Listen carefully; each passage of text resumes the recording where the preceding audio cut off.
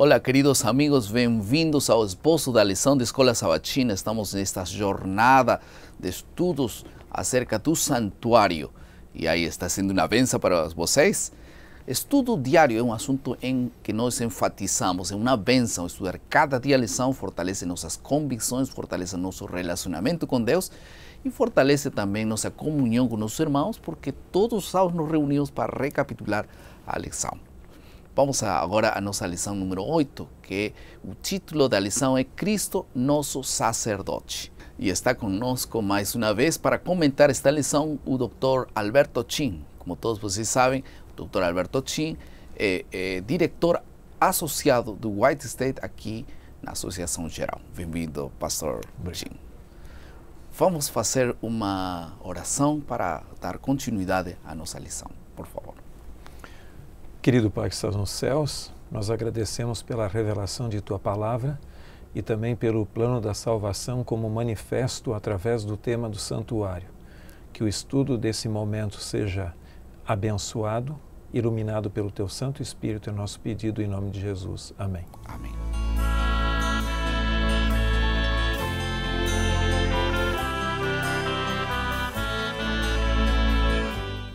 Eu fui daqueles alunos que, quando levado pela mãe à escola, eu não queria ficar ali. Eu queria que minha mãe ficasse o tempo todo do meu lado. Assim que ela ficou um dia, 2 dias, mas o terceiro dia ela teve uma ideia. Ela me disse: olha, eu não posso ficar aqui todo dia, tenho que cozinhar, tenho que fazer as outras coisas, mas o seu irmão mais velho estará sempre cuidando de você. Ele estuda na sala ao lado, assim me levou até ele para que eu soubesse onde ele estava, etc. Então, depois disso, eu dizia aos meus amiguinhos: eu tenho um irmão mais velho aqui na sala, aqui no lado. Assim que, em outras palavras, eu queria dizer para todos eles: não se metam comigo, porque eu tenho um irmão maior, que ele me vai cuidar, me vai defender. Esse será o tema que nós estudaremos nesta lição desta semana. O foco é entender o significado do ministério de intercessão de Jesus em favor da raça humana. Vamos a passar à segunda parte do nosso esboço, que é a compreensão.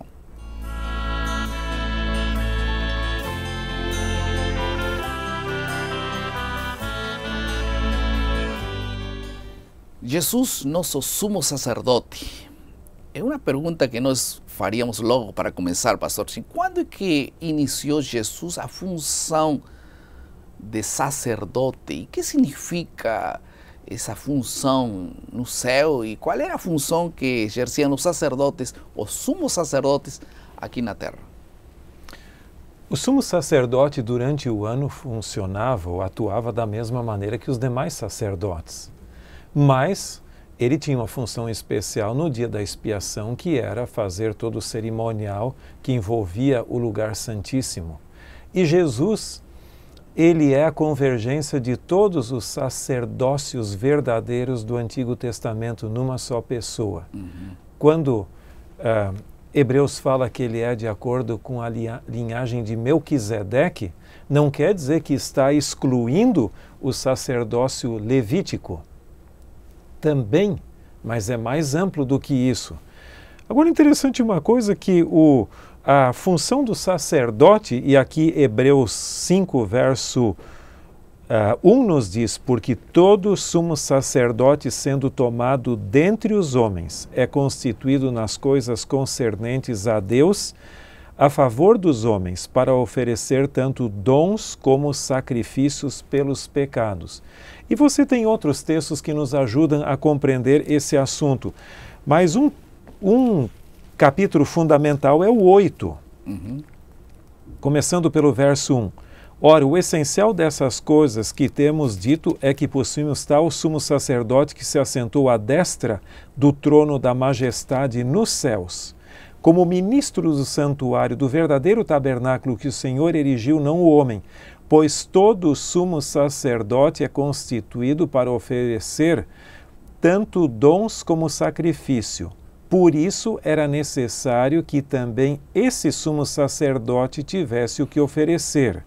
Ora, se ele estivesse na terra, nem mesmo sacerdote seria, visto existirem aqueles que ofereciam dons segundo a lei.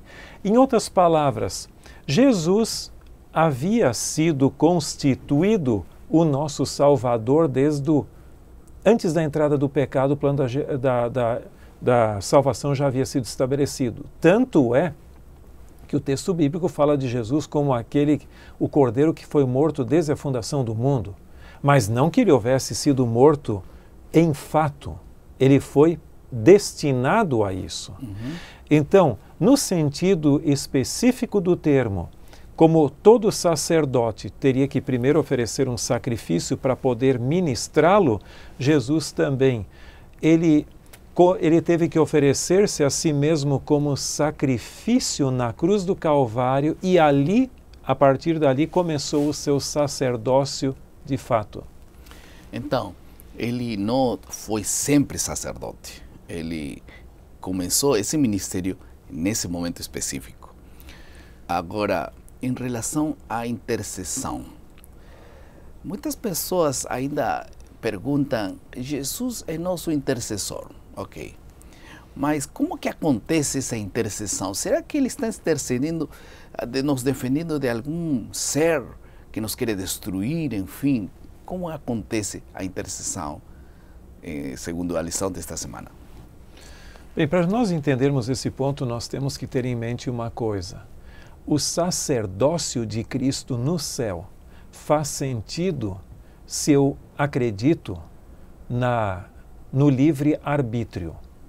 Se eu creio na predestinação, como os reformadores do 16º século criam e outras pessoas que ainda alguns evangélicos hoje creem, então não faz sentido, porque tudo aconteceu na cruz. Agora a pergunta é: se Jesus morreu pelo mundo, por que nem todos vão ser salvos? Porque alguns aceitam e outros não. Para quem crê na predestinação, essa decisão de aceitar ou não depende de Deus e não nossa. Para quem crê no livre-arbítrio, como a Bíblia ensina, é quem, usando do seu livre-arbítrio, aceita ou não. Então, o sacerdócio de Cristo no céu, ele é a favor daqueles que aceitam o seu sacrifício na cruz do Calvário. Ele morreu por todos, o plano da salvação é disponível a todos, mas nem todos o aceitam.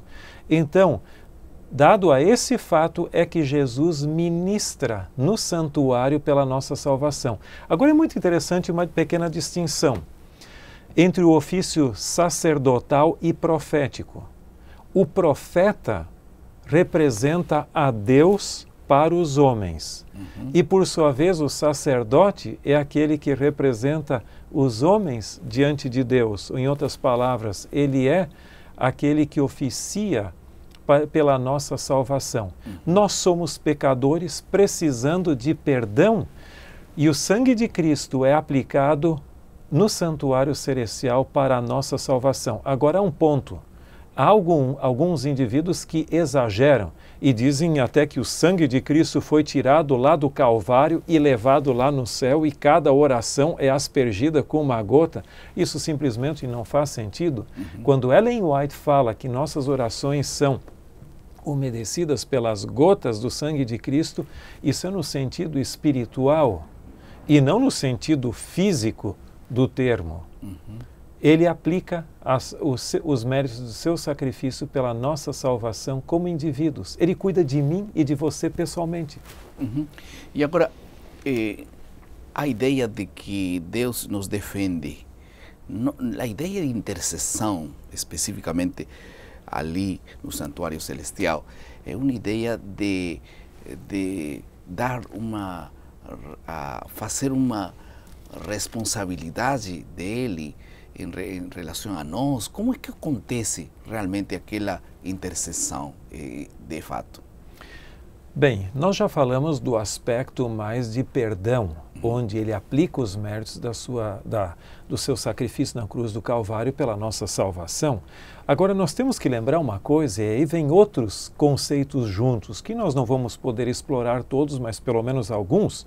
Um deles, por exemplo, é o que nós encontramos em 1 João, capítulo 2, o verso 1.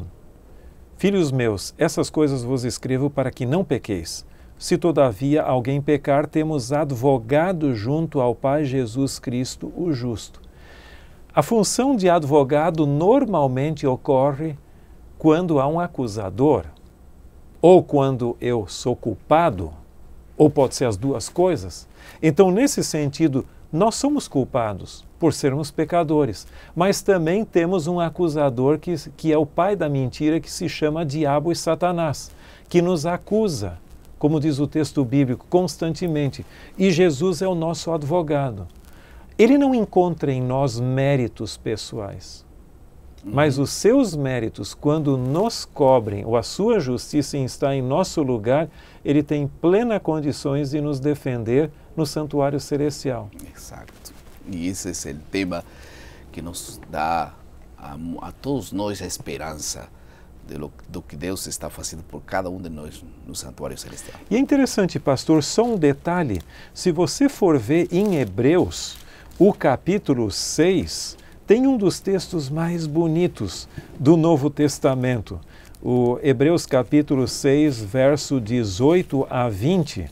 Aqui fala que a nossa esperança penetra, como diz o verso 19, como âncora da alma, segura e firme, que penetra além do véu, e o verso 20, onde Jesus, como precursor, entrou por nós, tornando-se sumo sacerdote para sempre, segundo a ordem de Melquisedeque.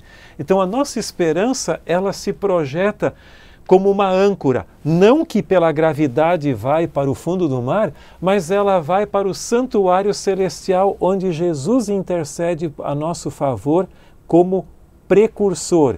E o termo precursor, em grego prodromos, significa aquele que preparou o caminho. Em outras palavras, nossa esperança já está no santuário celestial e a presença de Jesus ali significa que logo nós seremos também levados ali onde Ele foi o primeiro a entrar.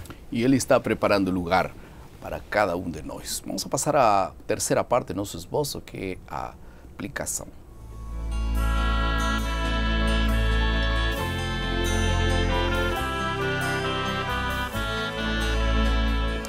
O livro de Hebreus destaca que Jesus é nosso sumo sacerdote e intercessor. Como nós nos sentimos ao saber que alguém está ao nosso lado 24 horas do dia, 7 dias por semana, 365 dias por ano? Ele ama, perdoa, justifica, ajuda, santifica, liberta do poder do pecado e nos defende contra as acusações de Satanás. O que mais poderíamos nós precisar que Ele já não tenha providenciado? Deus tem tudo para nos oferecer, que nós possamos aplicar agora essa intercessão cada dia ao nosso lado. Se Ele já fez, nós podemos apenas aceitar e fazer que esse benefício seja realmente verdadeiro. Vamos a passar à última parte do nosso esboço, que é a criatividade.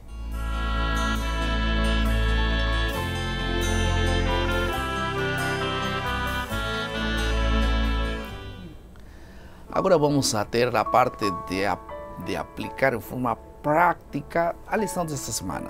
Podemos nos tornar uma bênção para outras pessoas. Orar pelos que não podem orar. Suplicar pelos que não conseguem falar com Deus. Escolha uma pessoa ou duas pessoas, como que você acha melhor, e decida orar por ela ou por ele nesta semana. O que acha disso? Deus terá prazer em responder a sua oração e Deus vai responder com alegria sua intercessão. Todos nós podemos nos tornar intercessores perante o Pai e rogando a Deus por outras pessoas. Vamos orar. Querido Pai, muito obrigado. O Senhor possa nos usar como instrumentos maravilhosos. Muito obrigado porque o Senhor já intercede por nós e nós queremos agora orar por outros. E não só orar, sino ajudar outras pessoas a encontrar em Jesus seu Salvador, seu advogado e também nosso Salvador. Agradecemos por esta lição, no nome de Jesus. Amém.